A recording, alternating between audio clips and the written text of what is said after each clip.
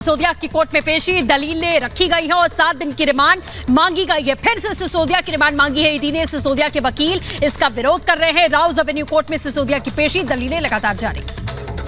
और रुख करते हैं हमारे सहयोगी वैभव इस समय ग्राउंड जीरो पर मौजूद है। सीधे रुख करेंगे वैभव का। वैभव, क्या जानकारी आपके पास, क्या अपडेट्स बताइए। मतलब बिल्कुल राउज एवेन्यू कोर्ट में जब मनीष सिसोदिया को लेकर पहुंचा गया तो यह तय था कि प्रवर्तन निदेशालय की तरफ से जो है वो वक्त मांगा जाएगा पूछताछ के लिए।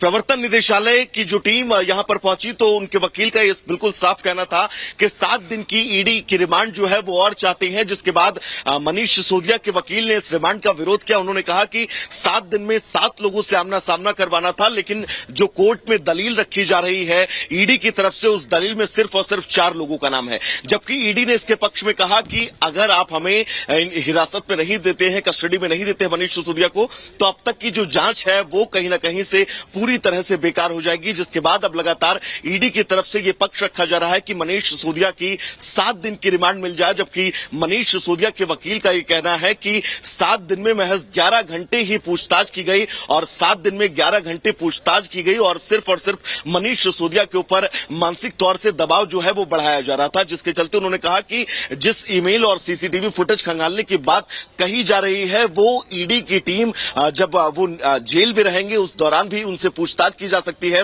जिसके बाद जज ने भी इस बात का जिक्र किया ईडी के वकील से। उनका एक कहना था कि क्या जेल के अंदर रहकर इस पूछताछ को आप आगे नहीं बढ़ा सकते हैं, जिसके जवाब में ईडी की तरफ से कहा गया कि जेल के अंदर अगर आप मनीष सिसोदिया को भेजते हैं, रिमांड 7 दिन की जो मांगी जा रही है वो 7 दिन की रिमांड नहीं देते हैं, तो चुनौतियां इस लिहाज से भी हो सकती हैं क्योंकि वो अब जांच के एक अहम मोड़ पर हैं और अगर जांच के इस अहम मोड़ पर 7 दिन की रिमांड नहीं दी गई तो मुश्किलें होंगी। विवेक हमारे साथ लगातार जुड़े हुए हैं, एक अपडेट हम तक पहुंचा रहे हैं। विवेक, 7 दिन की रिमांड और मांगी गई है ईडी की तरफ से। बिल्कुल, निश्चित तौर पर 7 दिन की रिमांड। और 2 बड़ी बात है जो ईडी चाहती है कि आगे रिमांड क्यों मिले। एक प्रोसीड ऑफ क्राइम, दूसरा 5 से 12% का जो प्रॉफिट मार्जिन था आखिर वो कैसे हुआ, जो अलग अलग सिस्टम में दो कंप्यूटर जिसमें अलग अलग ये डेटा निकल कर सामने आता है। और इस बड़ी खबर पर लगातार बने हुए यहाँ पर रुकना है। छोटे से ब्रेक के लिए कहीं मत जाएगा, देखते रहिए रिपब्लिक भारत। मनीष सिसोदिया कोर्ट में पेशी हो रही है, आगे क्या होगा देखते रहिए रिपब्लिक भारत।